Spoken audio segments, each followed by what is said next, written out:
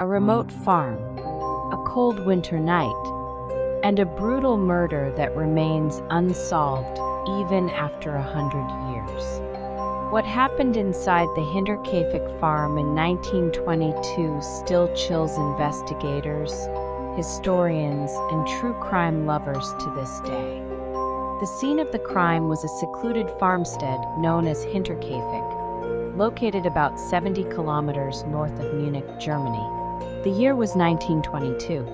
Living on the farm were Andreas Gruber, age 63, the head of the family; Cecilia Gruber, age 72, his wife; Victoria Gabriel, age 35, their widowed daughter; Cecilia, age 7, Victoria's daughter; Joseph, age 2, Victoria's young son, rumored to be Andreas' child too; Maria Baumgartner, age 44, a maid who had just started working that very day. Strange happenings before the murders. A few days before the incident, Andreas Gruber told neighbors and friends about strange occurrences.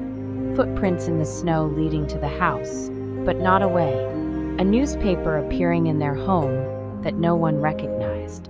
Keys missing and odd noises coming from the attic. Despite all this, he never reported it to the police.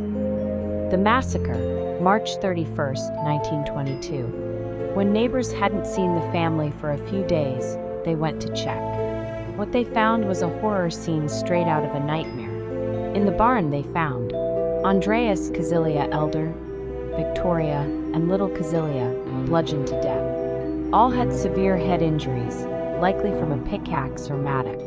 Inside the house they found the maid, Maria Baumgartner, murdered in her room; little Joseph, killed in his crib. All bodies had been covered up with hay or blankets, as if someone took their time after the killings. The creepiest part, investigators were horrified to discover that someone had lived in the house after the murders. Cows had been fed, meals were cooked.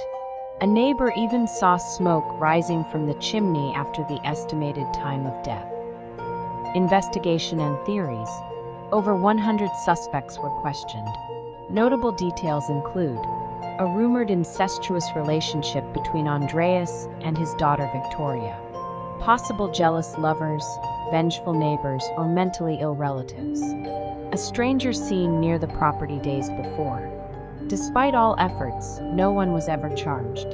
The murder weapon, believed to be a homemade mattock, was found years later in the attic. Why was it never solved? The crime scene was heavily disturbed before proper police arrived. Villagers had already moved bodies, and the scene was tampered with. Forensics in 1922 were extremely limited. The case eventually went cold. Even in 2007, German police reopened the files for a cold case review, but concluded, the killer is likely dead. We'll never know the truth. Who could have done it? Theories that still haunt investigators.